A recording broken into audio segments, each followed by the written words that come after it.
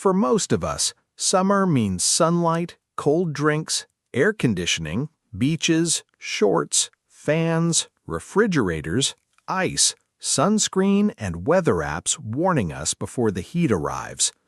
But for ancient humans, summer was not a season of comfort. It was a test. There were no freezers, no bottled water, no electric fans, no hospitals waiting after heat stroke, no grocery stores when food spoiled, no bug spray when insects came alive, no weather forecast when the sky changed. And yet, ancient humans survived summer for hundreds of thousands of years. They walked through dry grasslands, slept under hot skies, carried children through heat, chased animals in the open sun, searched for water when the land turned hard, and somehow they kept going. The strange part is that summer did not always look like danger. That may have made it more dangerous. Winter announces itself. Cold bites, snow blocks paths. The body knows immediately that something is wrong. But summer can look beautiful while it slowly destroys you.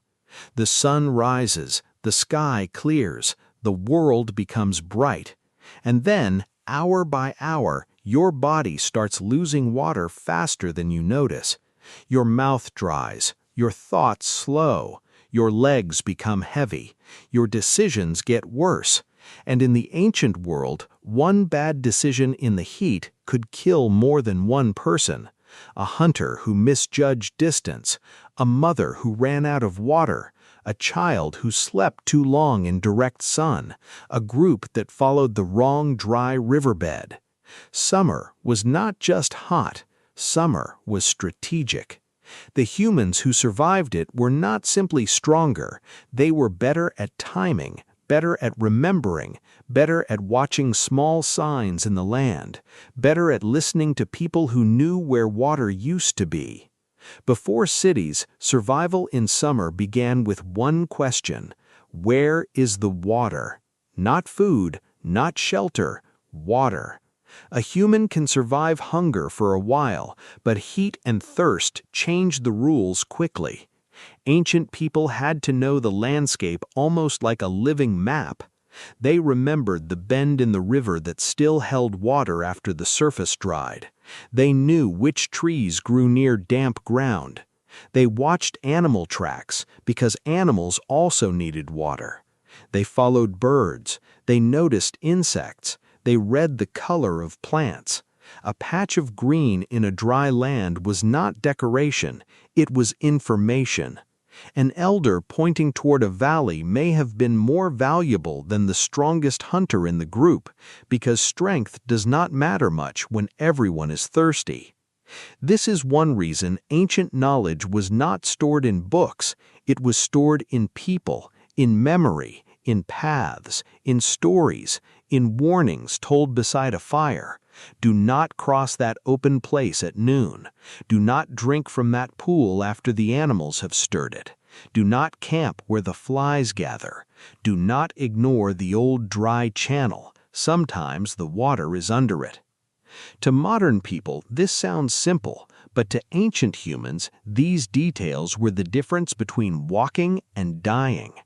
Summer forced humans to become students of small things: the shape of a cloud, the direction of wind, the silence of birds, the smell of wet soil, the shade of a rock, the behavior of animals before a storm. The body also had to learn summer. Ancient humans were not designed to outrun most animals. They did not have claws. They did not have fur armor. They were exposed, soft, and easily injured. But humans had one strange advantage: they could sweat. That sounds ordinary now, but sweating changed everything. Many animals cool themselves by panting. Humans can release heat through the skin while still moving. This may have allowed ancient hunters to travel long distances in heat, especially when other animals overheated faster. But this advantage had a price. Sweat saves you from heat. It also steals water from your body. So the same ability that made humans powerful in summer also made them vulnerable. Every step in the heat was a trade. Movement gave you food. Movement cost you water.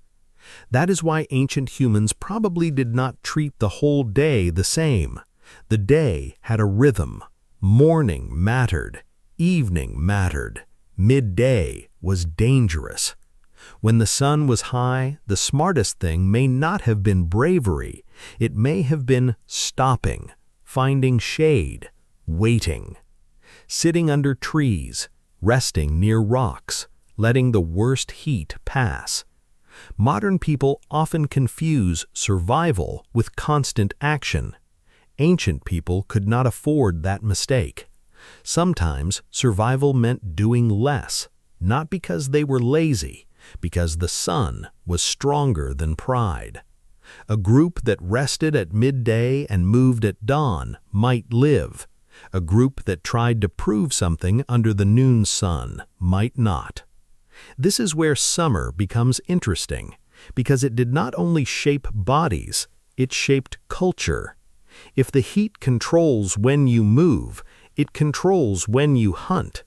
If it controls when you hunt, it controls when you eat.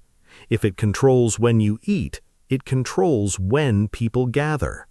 Stories, rest, tool-making, childcare, and social life may have shifted around the heat. The sun became a clock before clocks existed, not with numbers, with shadows. Short shadow meant danger. Long shadow meant movement. Ancient humans did not need a weather app to know the day had turned against them. They could feel it in their skin. But heat was only one part of summer. Food changed too. A dead animal in winter might last longer. A dead animal in summer could become dangerous quickly. Meat spoiled. Insects came. Smells changed. Bacteria multiplied. Ancient humans had to understand freshness without microscopes. They had to know when meat was safe, when it was risky, when fire could help, when smoke could preserve, when drying food in the sun was useful, and when the sun had ruined something completely. Fire was not only warmth. In summer, fire was protection. It cooked food, drove away some insects, smoked meat, created light at night, kept predators away.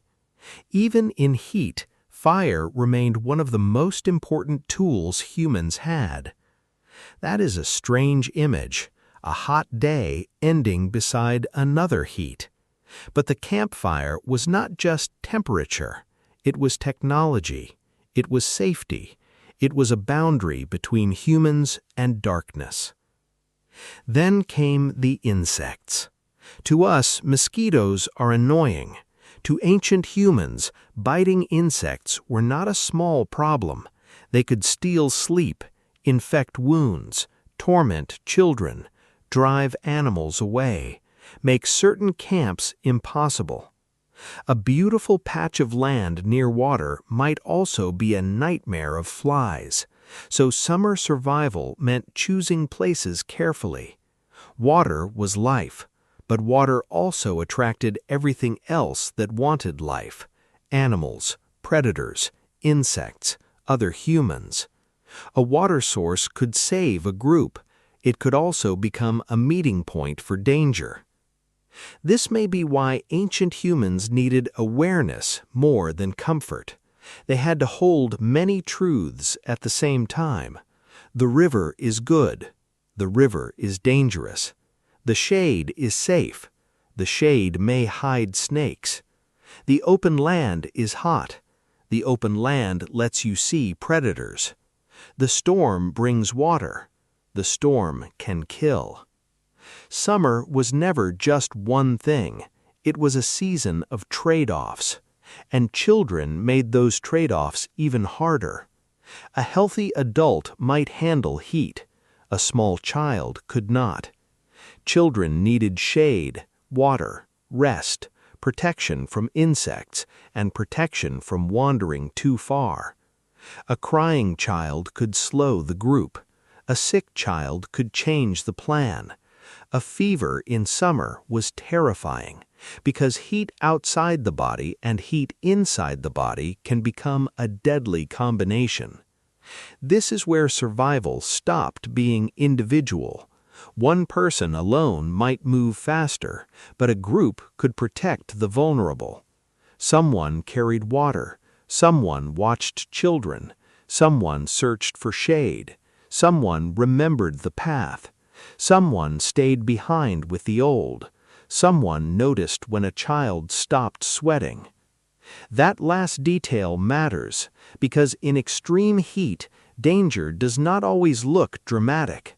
A person may simply become quiet, confused, too tired. Their body stops warning loudly. The group had to notice. In summer, attention was care, and care was survival.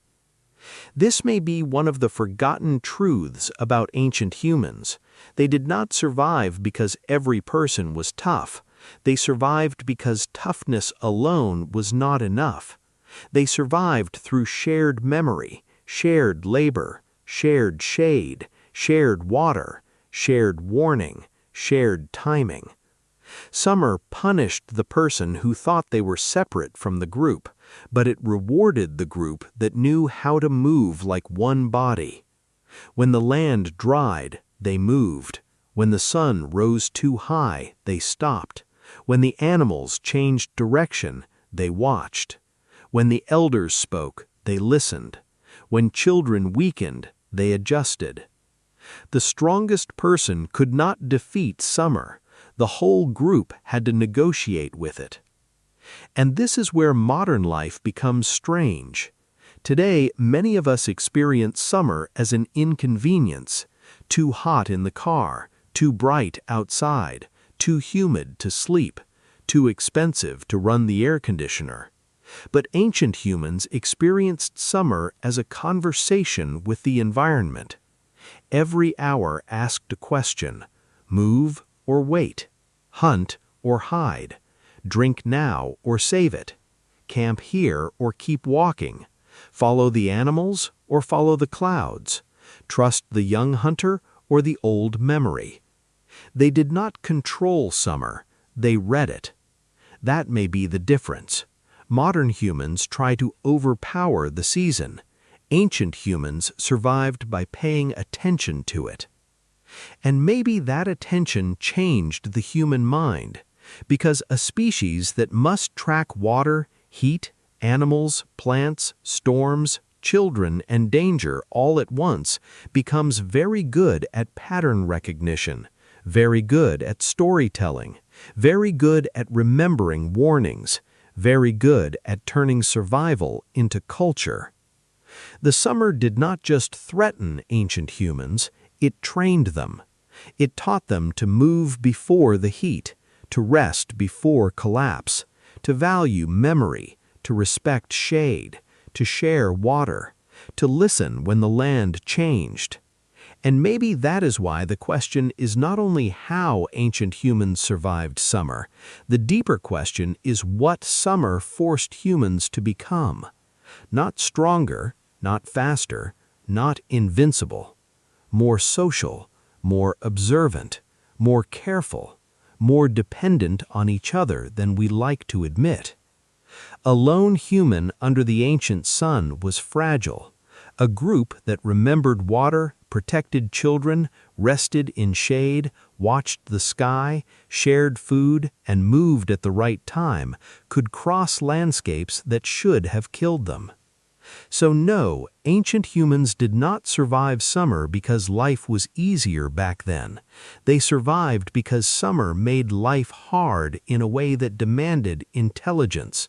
Not the intelligence of machines, the intelligence of attention, the intelligence of timing, the intelligence of knowing when to move, when to stop, and who in the group knew the thing everyone else had forgotten. Before air conditioning, humans had shade.